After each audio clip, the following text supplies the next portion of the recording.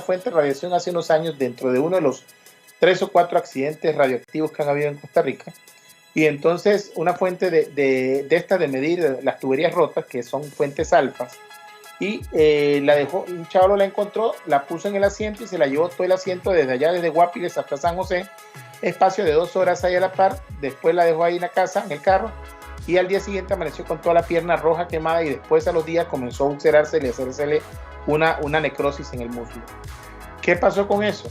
Esa es una fuente perdida, nunca debe pasar eso, pero bueno, se le perdió a alguien, se le quedó, se la robaron, lo que sea, y eso ocasionó necrosis del tejido, quemaduras en el tejido. Eso es un efecto inmediato, un efecto dañino, ¿okay? Que ocurre en el corto tiempo. Y el efecto probabilístico podría ser que ese paciente en el tiempo se curó de eso, pero que caen dentro de un desarrolló gran cuadro cáncer y el acceso a o heredó como los fármacos, un tipo de cáncer prevenible. Y en el genético sí o sí, sin lugar a dudas, hay un daño cromosómico, hay un daño genético que ocasiona una mutación o una alteración o una delección. ¿Se acuerdan de la palabra delección, translocación, todo eso? Eso se veía en el curso de biología, ¿se acuerdan? Delección, translocación, mutaciones, ¿se acuerdan? Todo eso. Bueno, todos estos fenómenos pueden ocurrir. Entonces, terminando esto, podemos decir que los efectos sobre el feto, que es lo que nos interesa también en la parte de radiología, normalmente ocurren en el proceso de la organogénesis, que se da entre las 2 y las 9 semanas de concepción. Ahora, yo le pregunto, ¿quiénes de aquí son mamás? ¿Quiénes son mamás? Laura no es mamá, me dice. Ok, ¿alguien por ahí es mamá? No, papá tampoco. Bueno, digamos, normalmente, para que sepan bueno, lo pregunto mejor. Ustedes esperan la regla cada mes. Por lo general, algunas un mes, 4 semanas, otras 5, algunas un poquito más desordenadas que les dura 6 semanas. Y muy rara la que le viene cada 3 semanas, que esa más bien a veces anda asustada. Pero por lo general son 4 semanas en promedio. Quiere decir que en la semana 2 usted todavía no sabe que está embarazada, porque usted no le ha llegado la regla todavía, o sea, usted está tranquila, o sea, pero resulta ser que en la semana 2 ya está embarazada. Ahí se comienzan a ver daños muy, muy, muy tempranos en el feto cuando se exponen a la radiación. Esos son los pacientes que cuando vemos la parte de obstetricia se llama la ley del todo o nada. La ley del todo o nada es que efectivamente en ese momento no hay mucha cosa que hacer y bueno, eso es lo que hay. O sea, no podemos hacer más, eso es lo que nos queda y el bebé posiblemente se va a perder y prevalece la vida de la mamá. Pero puede ocurrir que, digamos, si se dieron cuenta o lo tenían muy pensado, habían ido al ginecólogo, estaban, permítame un segundo para prender la luz que ya se hizo oscuro. Yo los veo claritos, pero ustedes no. Denme un segundito.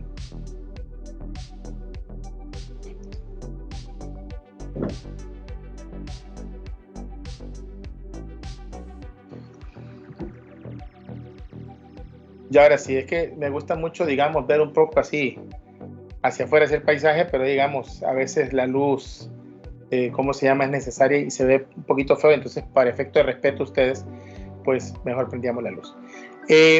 Les comentaba que creo que no la prendí bien, damos un segundito.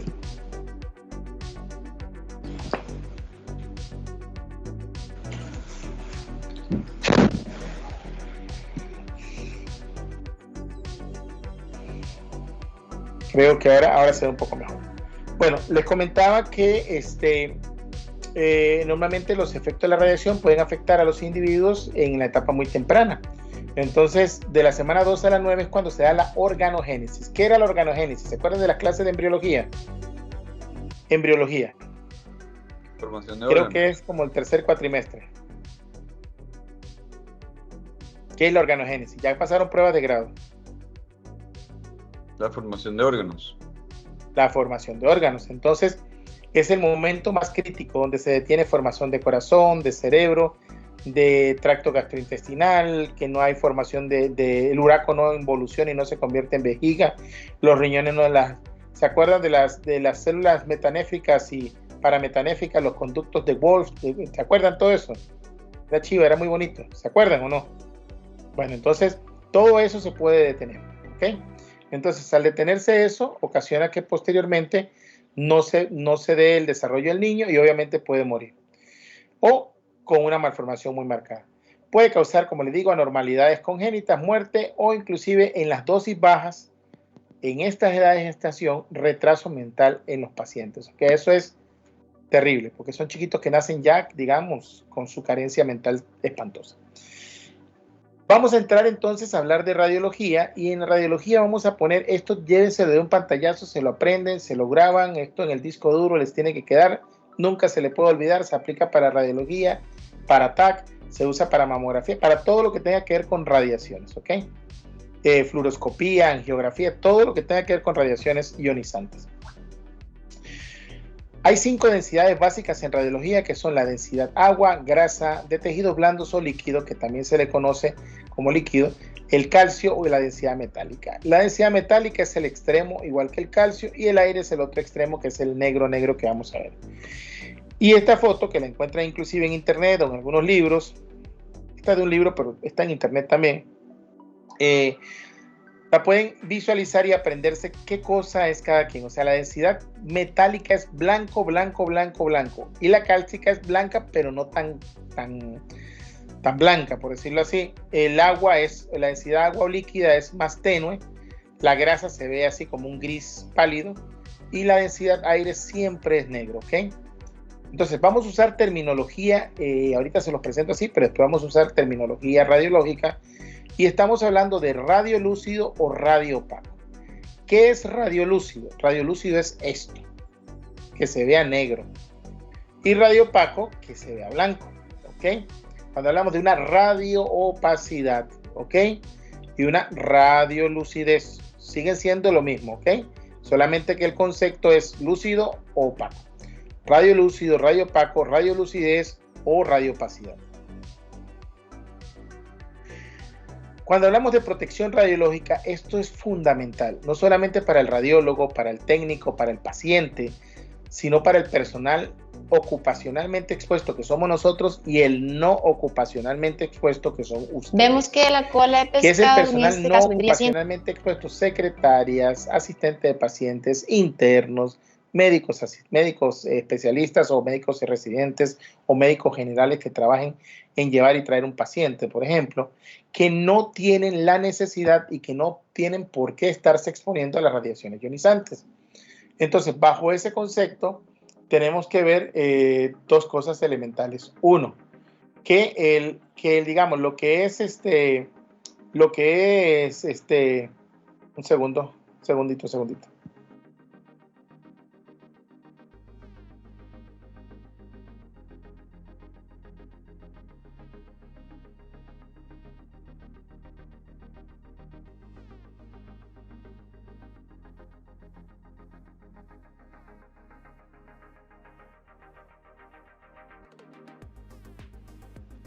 Perdón, que lo que es, digamos, una persona que, por ejemplo, un interno que tiene que ir al TAC a llevar un paciente politraumatizado y tiene que estar dentro de la sala del TAC para poder que le hagan el TAC para sostenerlo, siempre tiene que usar cuello, delantal y ojalá lentes plomados, ¿ok? Con el fin de evitar, y si hay protector de gónada, se pone protector de gónada. Y si hay gorro plomado, se pone gorro plomado. Y si hay guante plomado, o sea, todo aquel material que le sirva para protegerse de las radiaciones ionizantes. Siempre y cuando no interfiera con la función que está haciendo. Porque si está haciendo una función de sostener y el guante no lo va a dejar para sostener, pues perfecto. Ahora, el médico interno o el médico especialista o el enfermero, quien sea, no tiene por qué meter la mano. Por ahí tengo una placa que fue buenísima que me mandaron estos días, que se la voy a compartir. Que no tiene por qué meter la mano para sujetar la cabeza dentro del tubo de rayos X o el tubo de TAC. Se está irradiando las manos por gusto, a la nada. O sea, para eso hay sujetadores, hay inmovilizadores, y si el paciente no se puede, se ceda al paciente hasta que pueda uno valorarlo, ¿ok? Entonces, ¿cuáles son los principios de protección radiológica? Chicos, esto es importante, lo anota. Justificación de la práctica, perdón, la tilde ahí fue un dedazo. Limitación de la dosis, ok. Justificar la práctica, ¿qué es? No se debe hacer ningún estudio radiológico que no tenga un sentido lógico o que se esté buscando algo. Por ejemplo, Me sale a mí, me dice Ashley. Doctor, es que yo quiero hacerle una placa de cuerpo entero a mi sobrina porque viera que ella quiere conocer cómo tiene los huesos por dentro. No, señorita, está equivocada, eso no es para eso. Es irradiar a una persona por gusto. O me sale, por ejemplo, Valeria Daniela y me dice, doctor, es que viera que yo quisiera revisarme a ver cómo tengo la T de cobre puesta. No, señorita, ese no es el estudio para hacer eso. O me sale José y me dice, doctor, viera que es que yo tengo una prótesis en la rodilla porque cuando estaba joven hice una necrosis avascular del fémur. ¿Cómo se llama eso? ¿Alguien la sabe? Necrosis avascular del fémur, de la cabeza del fémur. Y entonces ahí lo buscan. Ya vi ahí uno que está googleando, pero perfecto. Entonces, eso normalmente me dicen, yo quiero hacerme para ver si la prótesis quedó bien puesta. No, señorita. No, señor, perdón, eso no se puede hacer. ¿Cómo se llama? Dígalo, Félix.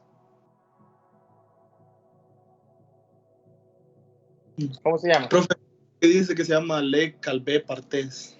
Legg-Perthes-Calvé. Enfermedad de Legg-Perthes-Calvé se llama. Muy bien, Félix, excelente. O, por ejemplo, me sale una de ustedes, para no decir nombre y no se sienta ninguna aludida, porque uno no sabe. Y me dice, doctor, viera que es que yo me quiero hacer una mamografía y tengo 22 años. Y como me puse las prótesis mamarias hace 2 años, quería ver si efectivamente están bien redonditas y si están bien. Tampoco. Primero, no tiene la edad. Y segundo, no se hace para ver la prótesis ni las posiciones de la prótesis. Entonces, todas esas cosas que son así simplemente por estética, por gusto, no están indicadas para estudios radiológicos. Basado en esto, entonces, podemos decir que tenemos un conjunto de cosas que valorar en la parte de lo que son los estudios y las imágenes radiológicas, sabiendo de antemano que existen la justificación de la práctica, que existe además una parte que se llama la limitación de dosis y una parte que se llama la optimización de la protección radiológica. Y bueno, si ustedes lo notaron, yo les expliqué la optimización primero que la justificación. Y no es que yo crea que va primero, realmente la primera es la justificación. Es que resulta ser que muchas veces piensan y es entrar y hacer los estudios y no importa y salga y como sea. No, hay que hacer las cosas cuidándose uno y cuidando al paciente. Pero antes que cualquier cosa, usted tiene que saber que lo que va a pedir sirve para algo. Si no sirve para algo, no lo haga, porque no tiene sentido. Y aquí va el principio de Esculapios y el principio, digamos, de la medicina, que tiene que ver con todo lo que es no hacer el mal. Okay, hay que hacer el bien, no hacer el mal.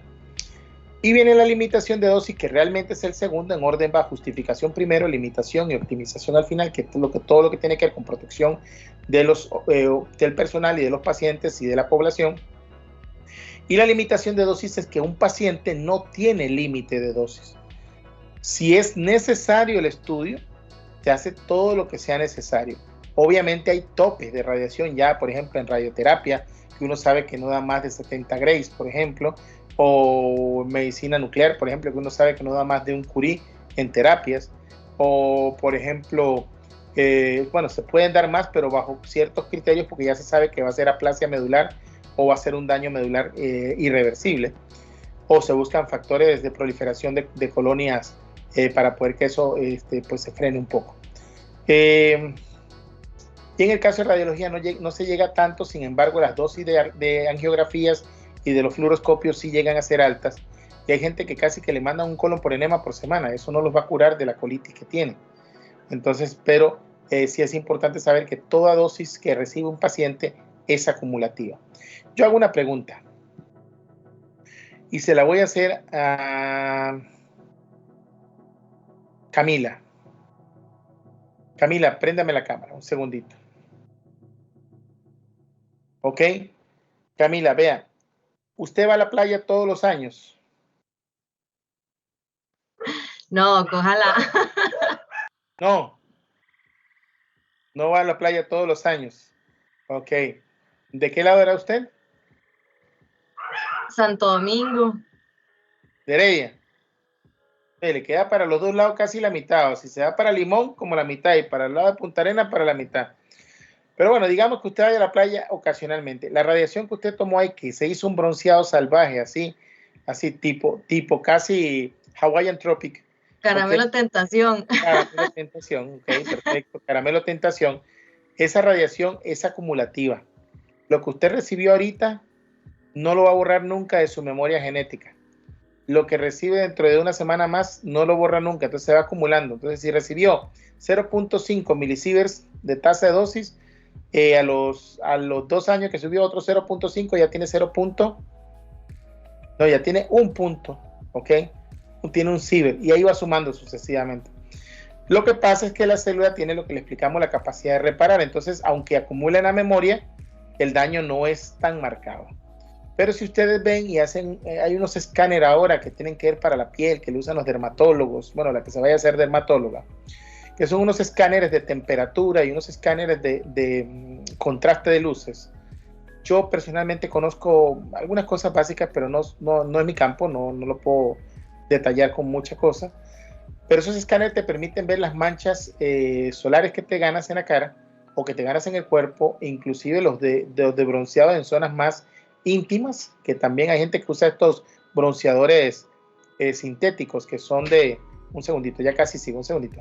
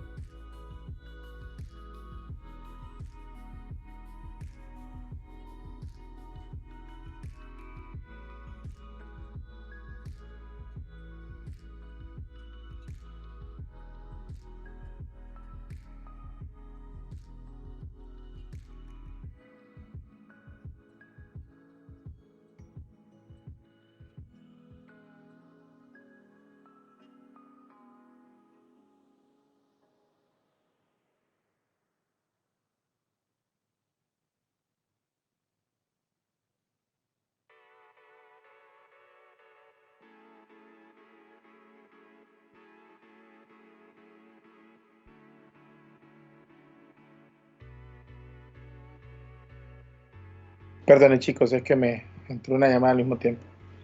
Entonces les decía, y ahí vi que Michael sí conoce el tema, hay unos escáneres, que son unos escáneres que miden la afectación de la radiación solar sobre la piel.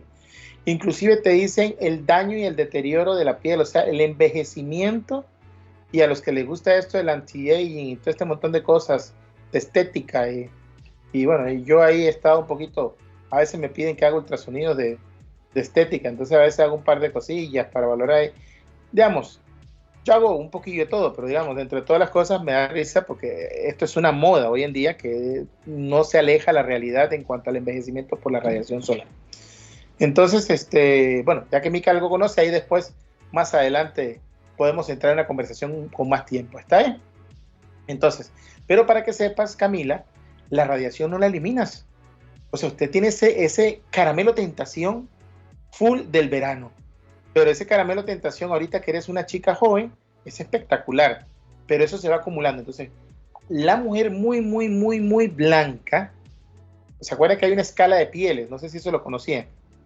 Hay un número de piel que va del 1 al 6, si no me equivoco. Entonces, esa escala de piel le permite a usted decir qué tan blanca es o qué tan trigueña o morena es. Y resulta ser que entre más morena usted, o sea, las mujeres morenas, ustedes ven que tienen 50, 60 años y están como si tuvieran 40. Y hay mujeres blancas que tienen 20 años y son, pero así espectacularmente un mujerón que uno dice, tiene como 35, 40 años, pero a los 30 pareciera que tuvieran 60. Porque el envejecimiento de la piel en la mujer blanca es más marcado. Entonces, son detalles que tienen que ver con la radiación solar. Entonces, si ustedes ven las norteamericanas, perdón, con Laura, pero Laura no es norteamericana del todo.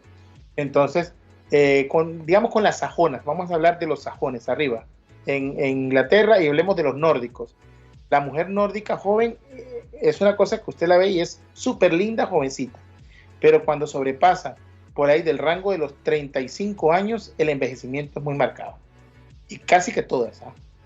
Pero bueno, eso tiene que ver con las radiaciones, por eso les explico esto. Entonces, este tema que lo alargamos un poquito más es fundamental para entender todo lo que va a venir de radiología, ¿ok? Esas 3 palabras. Ahora, en la exposición vamos a tener personal ocupacional, que somos nosotros, los radiólogos, los técnicos, el personal que trabaja, las enfermeras que trabajan adentro. La exposición médica, o sea, todo el resto de las personas que tienen exposición con el paciente para el diagnóstico y tratamiento, o sea, el personal de trabajo en el hospital que se llama no ocupacionalmente expuesto, y el público en general, ¿ok? ¿Qué es el público y la exposición médica para el paciente como tal también, el paciente que tiene que irradiarse? ¿Y qué es el público en general? Todos, o sea, ustedes son público en general. ¿Cuánto es la tasa de exposición del público en general? 1 milisievert al año. 1, ¿ok? ¿Cuánto es para las embarazadas? 2 milisievert al año. Se supone que es la radiación que recibe del sol, normal de 1, y 1 también que se le da al bebé. Pero no se debe exponer al bebé porque la radiación que nosotros damos sobrepasa los 2 milisievert. Entonces, una mujer embarazada nunca, nunca, nunca, bajo ningún concepto, debe hacérsele una radiografía. Hace unos años un ginecólogo, yo lo quería matar, mandó una radiografía de abdomen, de columna lumbosacra con protección abdominal. Eso no existe. No hay forma humana que uno proteja la columna lumbosacra poniéndole un pedazo de plomo en la panza a la pobre muchacha. ¿Por qué? Porque la única forma que la radiación entre es atravesando el abdomen. Entonces eso no existe, no se inventen lo que no existe. ¿Ok? Igual que me pidió ese mismo ginecólogo muchos años después, que también lo quería matar, ya está pensionado, gracias a Dios, una radiografía de tórax por arritmias cardíacas. O sea, el corazón no se detiene, pero no está en dinámico mientras yo tomo una placa. La placa es un instante de ese momento del corazón. ¿Ok?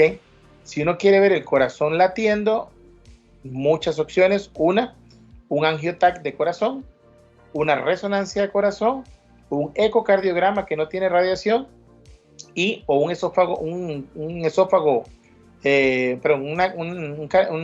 ecocardiograma transesofágico o un estudio de medicina nuclear que se llama perfusión cardíaca. ¿Ok? De ahí en adelante, y que tienen que estar gatillados, que se llama el gating, porque tienen que estar sincronizado el latido cardíaco con la cantidad de imágenes que captura. Entonces, eso se llama no saber. Entonces, uno no inventa lo que ya está inventado. Estoy dándole retroalimentación de cosas que no deben hacerse. ¿Está bien?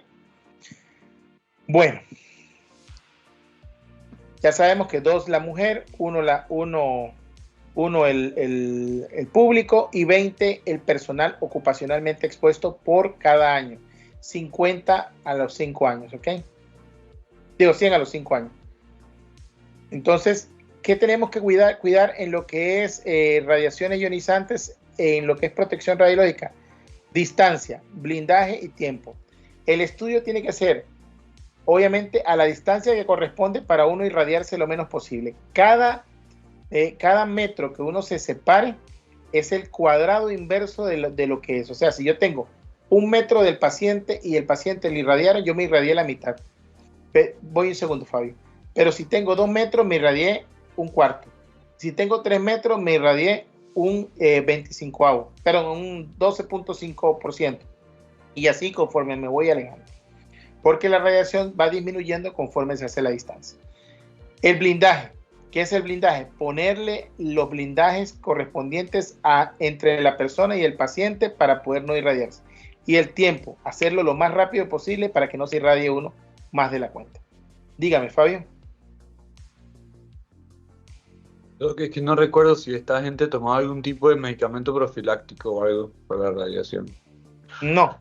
Digamos, en radiología no hay ningún medicamento profiláctico. Lo que les recomienda uno a estos pacientes, inclusive a uno y a los residentes y uno mismo también, es tomar mucha agua.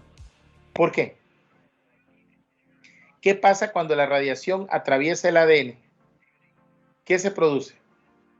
Yulisa, sorpréndame.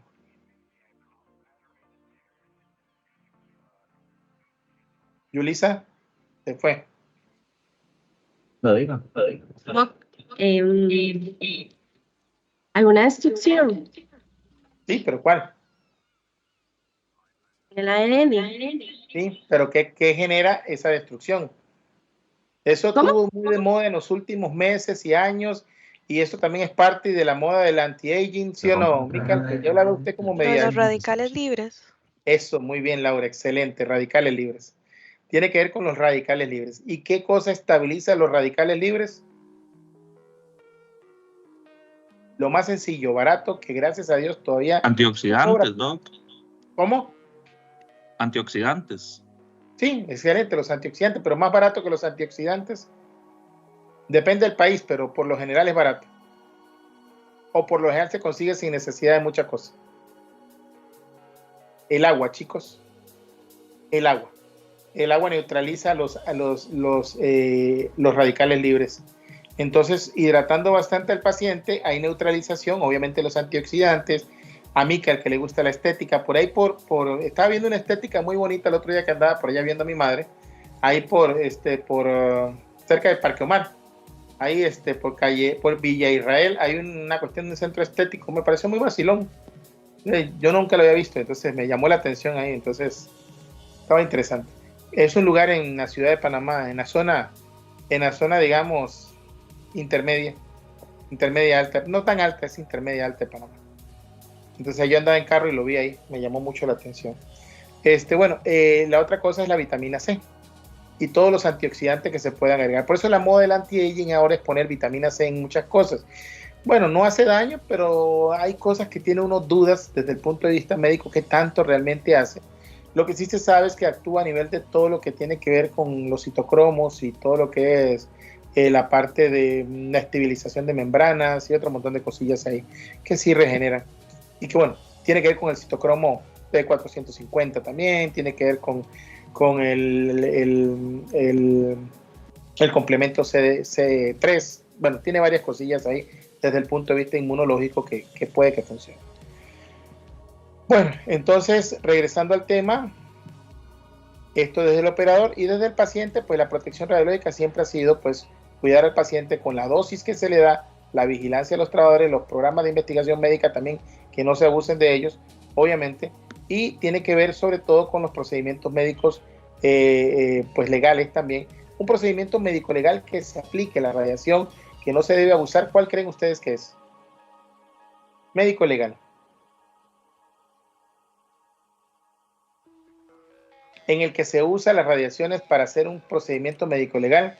Por ejemplo, ni Dios lo quiera, ustedes tienen un amigo, que ese amigo pues anda en malos pasos, se convirtió en el famoso burro, que se le llaman los burros, que son los que trafican opioides o trafican coca o alguna otra cosa envuelta en óvulos, se los tragan, viajan en los aeropuertos y son detectados por el personal de migración, los llevan aparte y la gente antidroga y lo que son los perros y todo, pues ahí lo apartan y resulta ser que hay que hacerle un estudio, pues se les hace una placa y esa placa le permite al paciente pues identificar, le permite al médico y a uno le llega, los que vayan a trabajar en Alajuela o en algún lugar en Punta Arenas le llegaba, yo me acuerdo que varias veces lo vi cuando estuve allá, y cuando estoy de guardia en algunos hospitales le llega a la gente de la Reforma con las muchachas que se meten drogas en la vagina para meterlas en la visita conyugal. ¿Saben lo que es la visita conyugal? La que hacen en las cárceles a los reos, a veces tienen parejas y a veces no son parejas, son amigas o conocidas, y entonces entran a la visita conyugal, pero llevan droga metida en la vagina o en el recto, y entonces los perros la detectan, y en ese caso pues, las ven sospechosas y las llevan al hospital para que uno le haga exámenes, y los primeros exámenes que se hace una radiografía abdomen. Ok, entonces ahí se ven los óvulos, se ven los paquetes, se ve la droga, se meten teléfonos celulares en las vaginas también, entonces a veces piensan que es droga y uno encuentra un teléfono celular. De cosas como esa uno se las puede encontrar, digamos, en la vida normal de médico general en un consultorio de emergencia. Estos son los famosos collarines que se pone, digamos, para uno cubrirse la tiroides, para evitar cáncer de tiroides por exposición de radiaciones. Los delantales que están cubiertos por detrás totalmente son de intervención. El blindaje, chicos, normalmente siempre, si ustedes algún día están en un lugar de provincia, revisen, tiene que decir 0.5 milímetros de grosor de plomo. Si el chaleco dice 0.3 milímetros, Ese es un chaleco de radiología dental. Y esos no sirven para estar ni en el TAC, ni en placas, ni en nada. ¿Ok? Estos son los que se usan en TAC, en radiología convencional. Los de intervencionismo tienen cubierto por delante y por detrás. Estos son los protectores de gónadas. ¿Ok? Este es para cubrir lo que son los ovarios. Este es para cubrir los testículos y el pene. Estos son las gafas que uno las puede... Yo tengo gafas graduadas que están hechas con la calidad, digamos, con las dioptrias. ¿Se acuerdan lo que era una dioptria? Dioptrias, clase de física del primer cuatrimestre. Dioptrias. Los que se vayan a ser oftalmólogos. ¿Ok? Es la capacidad de uno poder hacer el ajuste del ojo, lo que es la medida del ojo. ¿Ok? Las dioptrias. Y este es lo que llamamos un muro plomado para poder tener la revisión. Las pacientes embarazadas, como le dije, normalmente en las primeras semanas pues hay que tener ese cuidado. Los primeros 10 días de la concepción, que son más o menos las 2 semanas, ya se sabe pues que hay un bebé ahí o se sospecha. Es sumamente importante tomar una radiografía, que una paciente embarazada pues tenga las precauciones necesarias para tal fines. Y las radiografías dentales pueden indicarse durante el embarazo, pero no está permitido tomar radiografías los 3 meses del embarazo, o sea, los primeros 3 meses del embarazo. ¿Ok? Se pueden hacer radiografías que pueden hacerse, digamos, por una emergencia al final, pero en los primeros 3 meses no, ¿ok? Solo si fuera una emergencia.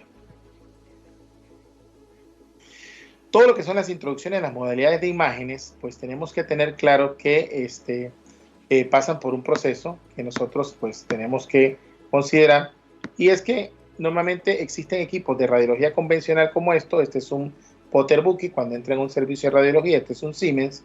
Este es un Potter Bookie de pared. Y este es el tubo de rayos X que se angula, se dobla. Y aquí arriba tiene una medida que cuando veamos la de tórax es importante para decir cuánto es una radiografía PA de tórax. Normalmente lo que vemos en las imágenes es la producción de ese rayo, de ese haz de radiación. Este es un tomógrafo computado en algunos centros privados. Por ejemplo, la Católica tiene uno igual.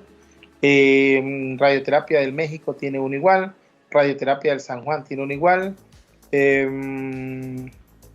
No recuerdo si en Limón o en... No, Limón no. Privados hay otros por ahí. No recuerdo si hay uno en ¿cómo se llama? En el hospital de Turrialba, que es nuevo, que habrán puesto uno parecido. No recuerdo. Pero bueno. Este es un gantry, así se le llaman. Este es el hueco, el field view, donde se mete el paciente. Estos se llaman inyectores. Y aquí está el control manual y hay un control en el comando donde está el técnico. ¿Okay? Para escanear y hacer estudios de 3D. Ese es un helicoidal. Este es un ultrasonido. Realmente esto es un volumétrico. Esto es un ultrasonido. Esto, digamos, es una cosa ilustrativa. Realmente el que lo hizo no se fijó y no sabía. Pero este es un ultrasonido volumétrico para hacer 4D en bebé. No es que no se pueda hacer volumetría de la tiroides, pero no es lo usual. ¿Okay?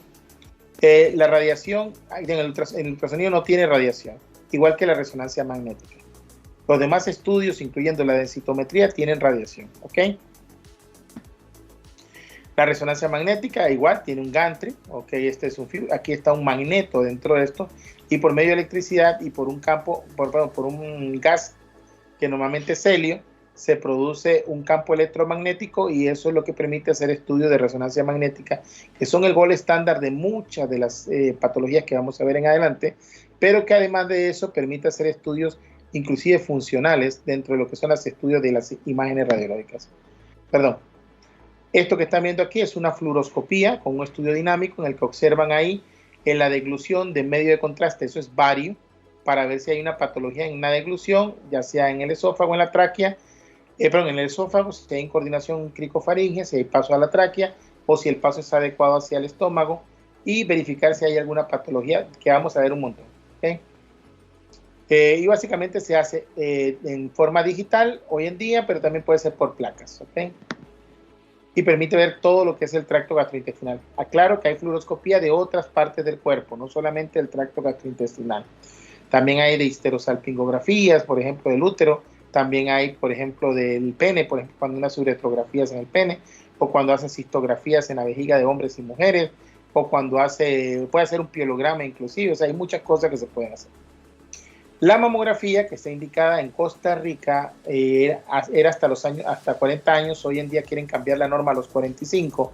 Si usted me dice a mí, bueno, Laura que conoce el sistema americano, es 35 según el Colegio Americano de Radiología por un tema de seguros y otro montón de cosas, y que el americano es más exigente en eso. Entonces, en Estados Unidos es 35. En Europa y en Canadá se usa 40. Aquí querían pasarlo a 45 y por debajo es 70. Entonces, eso reduce la cantidad de reportes. Yo no me meto en esa parte, pero sí la entiendo. Sé que es un tema costos, pero bueno, es lo que tenemos ahorita mismo. ¿Está bien? Entonces, nosotros vamos a manejarlo entre 40 años en adelante para efectos generales y siempre vamos a pensar 40 años, ¿ok? Que es lo que se maneja en el resto del mundo. En Costa Rica es un tema aparte, que es un tema del Seguro Social. Este es un densitómetro de cuerpo entero que permite barrer columna, caderas y además de eso puede medir el antebrazo y además de eso puede medir el talón. La densitometría que tiene más aceptación es cuando tiene la medición de caderas del fémur y además de eso de columna lumbar. Se puede medir antebrazo, sí, tiene menor sensibilidad. Si se mide solo el talón, tiene menor sensibilidad. Y hay una densitometría que mide el talón, que es a base de ultrasonido, de ondas de sonido, pero tiene menor sensibilidad que esta, que es con rayos X. La única forma de hablar de osteoporosis es realizando una densitometría ósea. Si ustedes realizan realizan una placa, no se puede hablar de osteoporosis. Si hacen un TAC, se podría hablar de osteoporosis si tiene el software, pero no todos los TAC lo tienen, ¿ok? Entonces, de entrada lo ponemos que no, que con TAC no, porque en Costa Rica, si yo no mal recuerdo, ninguno, ¿ok? Pero de entrada decimos que con TAC no. El gold estándar para medir densitometría para medir osteoporosis es la densitometría ósea, ¿ok? ¿Estamos de acuerdo? Bueno, y en medicina nuclear, pues dos extremos. Esto es una imagen de PET-CT, puede ser PET, puede ser SPET. El SPET es funcional, el PET es molecular, ¿ok? Y uno tiene que ver más para la parte oncológica y el otro usa para todas las funciones.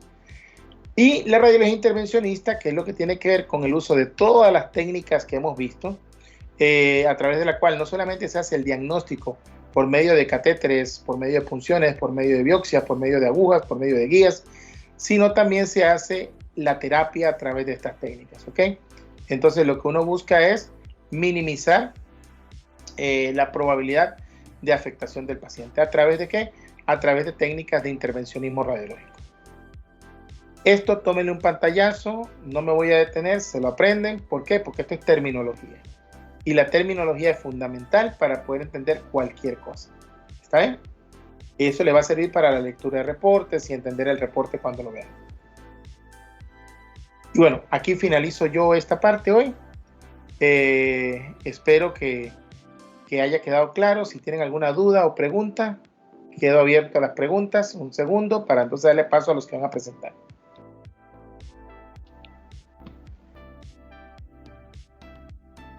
¿Preguntas o dudas?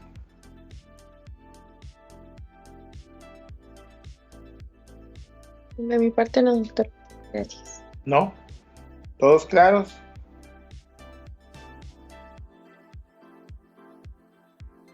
¿Todos claros, chicos? Todo claro. Todo claro. Perfecto. Entonces, bueno, igual hagan su resumen. Cualquier duda, pregunta, la vemos en la próxima clase sin ningún problema. Y nada más, ¿cómo se llama? ¿Cómo se llama? Lo evacuamos si es el caso, ¿ok? Entonces, adelante. ¿Quién va a presentar primero? ¿Quién es el 1? El Yo, número doctor. 1 es Andrés Acevedo. Okay. Adelante, Andrés. Vamos a minimizar todas las cámaras. Vamos a hacer la siguiente dinámica antes de que comience Andrés.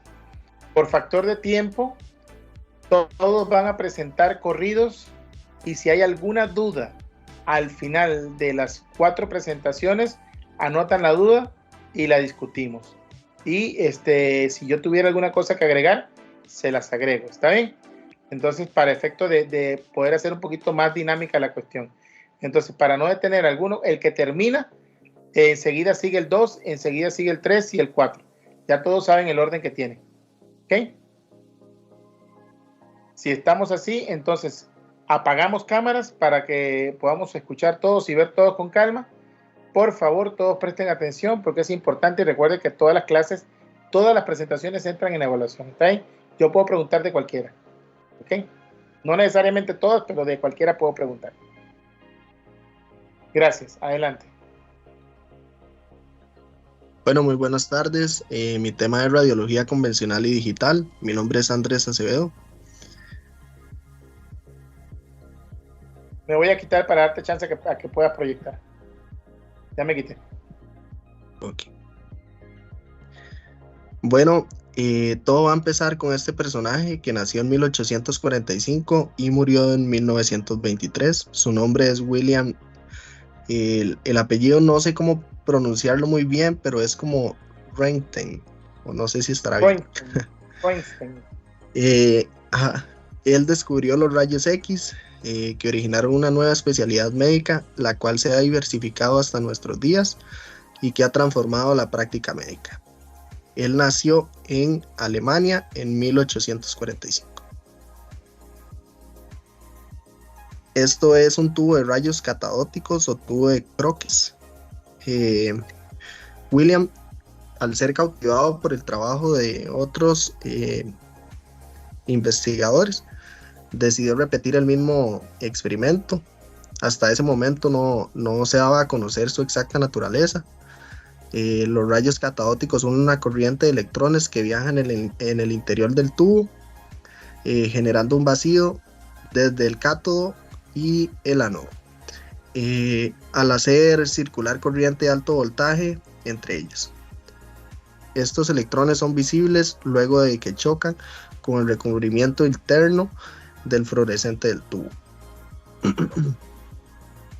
Bueno, este es el laboratorio donde William hizo el descubrimiento de los rayos X y le puso rayos X porque no sabía hasta su momento qué eran.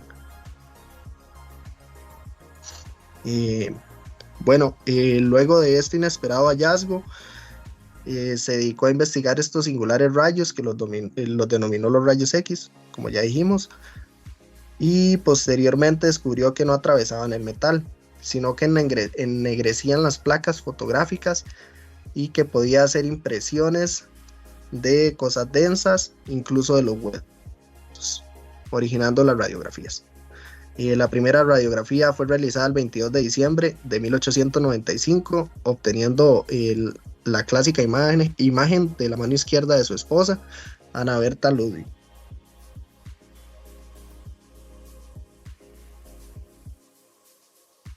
Bueno, en el periodo de la Primera Guerra Mundial, va a aparecer una figura muy importante que hizo avances importantes en los rayos X.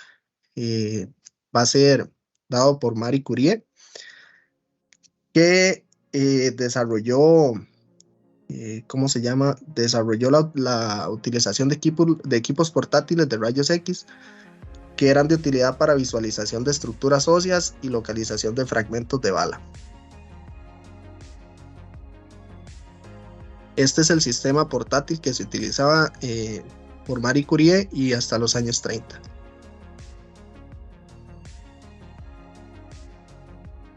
Bueno, ¿qué es la radiografía? Este tipo de prueba nos va a permitir generar imágenes de las partes más densas del cuerpo, como los huesos, que se muestran de color blanco, mientras que las menos densas, como las zonas que contienen aire, van a aparecer más oscuras. Es decir, que en su función de la densidad de las estructuras aparecen diferentes tonalidades también de color grisáceo. Además, las imágenes se pueden registrar en formato digital o en alguna película. Es importante resaltar que aunque la dosis de la radiación en la radiografía es una dosis muy pequeña, solo se debe hacer cuando sea necesario. O sea, no se puede aplicar múltiples veces. ¿En qué consiste una radiografía? Es la prueba diagnóstica que se utiliza de forma más habitual hoy en día. La radiografía utiliza los rayos X, un tipo de radiación ionizante de alta energía que puede traspasar el cuerpo y obtener imágenes. En el campo de la medicina se usa para generar imágenes de tejidos y estructuras internas del cuerpo, como los huesos. ¿Para qué va a servir? Bueno, se utiliza para observar fracturas. Se observa bien el hueso blanco porque está adyacente a los tejidos blandos y grises. También se utiliza para observar neumonías.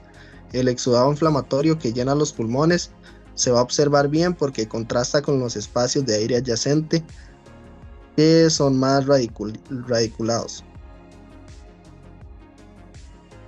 También se utiliza para obstrucciones intestinales, que las fascias intestinales son dilatadas y llenas de aire, se van a observar bien en medio de tejido blando circundante. Una de las desventajas de la radiación convencional puede ser que la radiación sea más alta que la digital, requiere un cuarto oscuro y es mayor contaminante porque este tipo de radiación necesita un papel que al fin y al cabo se va a descartar.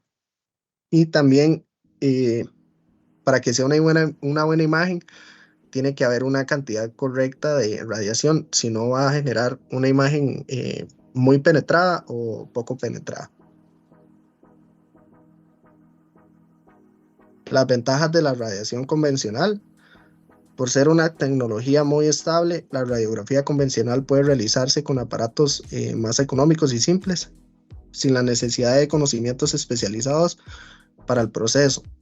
También va a bastar con posicionar bien el film y el paciente, con la emisión de rayos X en una cantidad correcta en un tiempo predeterminado.